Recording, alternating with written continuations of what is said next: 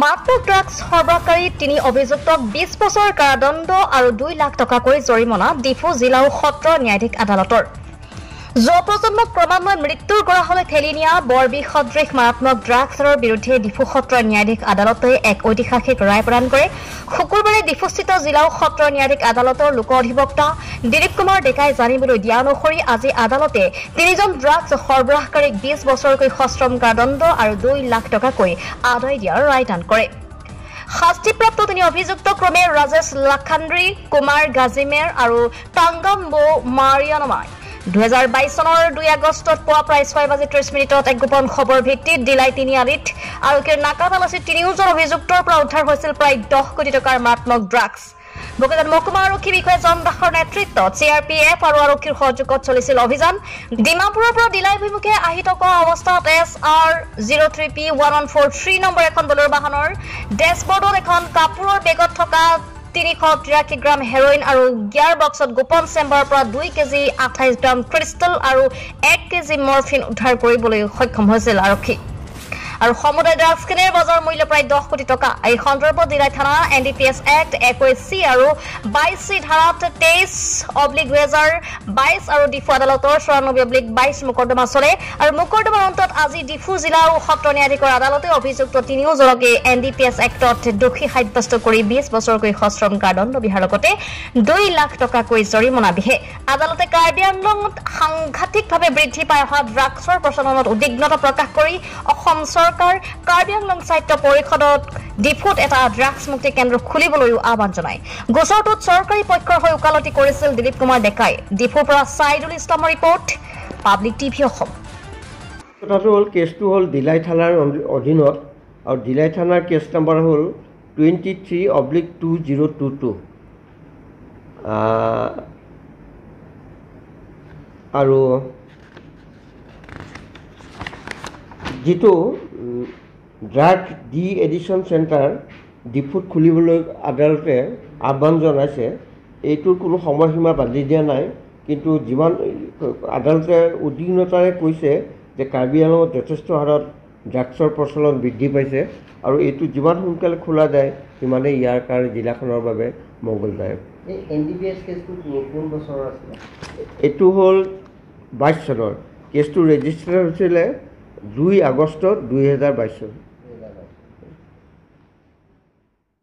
আজি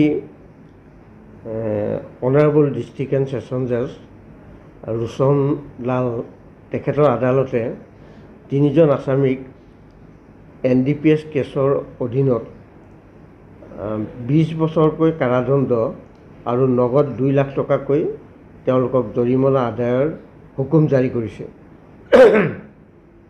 উল্লেখযোগ্য যে যোৱা ২/৮/২২ তাৰিখে ৰাতিপুৱা ৪মান বজাত এটা গোপনীয় সূত্ৰৰ পম খেদি বোকাজানৰ SDPO জন দাস তেখেতৰ নেতৃত্বত দিলাই চেক পইণ্টত এটা আছাম পুলিচ আৰু CRPFৰ এটা দলে নাকা চেকিং চলাইছিলে। নাকা চেকিং চলাই থকাৰ সময়তে ৰাতিপুৱা প্ৰায় ৬:৩০ বজাত এখন বলেৰো গাড়ী ডিমাপুৰ দিশৰ পৰা গুৱাহাটীৰ দিশৰ ফালে আহি আছিলে আৰু বলেৰোখনৰ নম্বৰ আছিলে SK03P1143। বলেৰো গাড়ীখন আৰক্ষীয়ে সন্দেহবশতঃ ৰখালে আৰু ৰখাই গাড়ীখন চেক কৰাৰ পিছত গাড়ীখনৰ ছাছপেক্টেড হিৰ'ইন পালে। এটা বেগৰ ভিতৰত লুকুৱাই আনিছিলে হিৰ'ইনখিনি আৰু এইখিনি ডেস্কবৰ্ডৰ ভিতৰত লুকুৱাই আনিছিলে। তাৰপিছতো পুনৰ গাড়ীখন আৰু চেক কৰাৰ পিছত আৰু দুটা ট্ৰাইষ্টেল বুলি এবিধ ড্ৰাগছ ট্ৰাইষ্টেল 2 পেকেট পালে আৰু 1 পেকেট পালে মৰফিন। এইখিনি তেওঁলোকে গিয়েৰ বক্সৰ কিনাৰত এটা ছিক্ৰেট চেম্বাৰত বস্তুখিনি ভৰাই আনিছিলে। গাড়ীখনত 3জন মানুহ আছিলে আৰু তেওঁলোক হ'ল ৰাজেশ লাখান্দ্ৰী, কুমাৰ গাজিমাৰ আৰু টাংগাম্বো মাৰিয়ানমাই। আৰক্ষীয়ে 3জন লোককে আটক কৰে। তেওঁলোকৰ পৰা পোৱা ড্ৰাগছৰ পৰিমাণ হ'ল হিৰ'ইন পাইছিলে 383 গ্ৰামছ, ক্ৰাইষ্টেল পাইছিলে 1.18 কেজি, আৰু ক্ৰাইষ্টেল টোটেল পাইছিলে 2.28 কেজি আৰু মৰফিন পাইছিলে 1 কেজি। এই গোটেইখিনি ড্ৰাগছৰ বৰ্তমানৰ বজাৰ মূল্য প্ৰায় 10 কোটি টকাৰ ওপৰ হ'ব। ইয়াৰ পিছত এই গোচৰৰ বিচাৰ প্ৰক্ৰিয়া ডিষ্ট্ৰিক্ট এণ্ড ছেছন জাজ ৰোচনলালৰ আদালতত চলিছিল আৰু চলাৰ পিছত আজি গোচৰটিৰ বিচাৰ প্ৰক্ৰিয়া সম্পূৰ্ণ হোৱাৰ পিছত আদালতে গোচৰটিৰ জাজমেণ্ট দিয়ে আৰু জাজমেণ্ট অনুসৰি 3জন লোককে 21C NDPS এক্টৰ অধীনত 20 বছৰ কাৰাদণ্ড আৰু 2 লাখ টকা ফাইন কৰে আৰু 22C ধাৰাৰ NDPS ধাৰাৰ অধীনত 20 বছৰৰ জেল আৰু 2 লাখ টকাকৈ ফাইন তেওঁলোকক কৰে।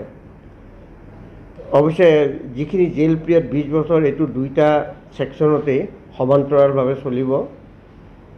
ইয়াৰ লগে লগে কোৰ্টে আজি জাজমেণ্টত কাৰ্বি আংলঙত যিটো হাৰত ড্ৰাগছৰ প্ৰচলন বাঢ়ি আছে তাত উদ্বিগ্নতা প্ৰকাশ কৰিছে আৰু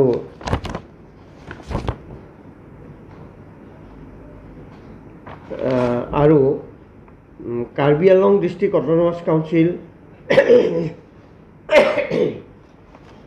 আসাম গভৰ্ণমেণ্ট আৰু আসাম পুলিচক এটা ড্ৰাগ এডিকশ্যন চেণ্টাৰ ডিপুট খুলিবলৈও কোৰ্টে অনুমতি প্ৰদান কৰিছে।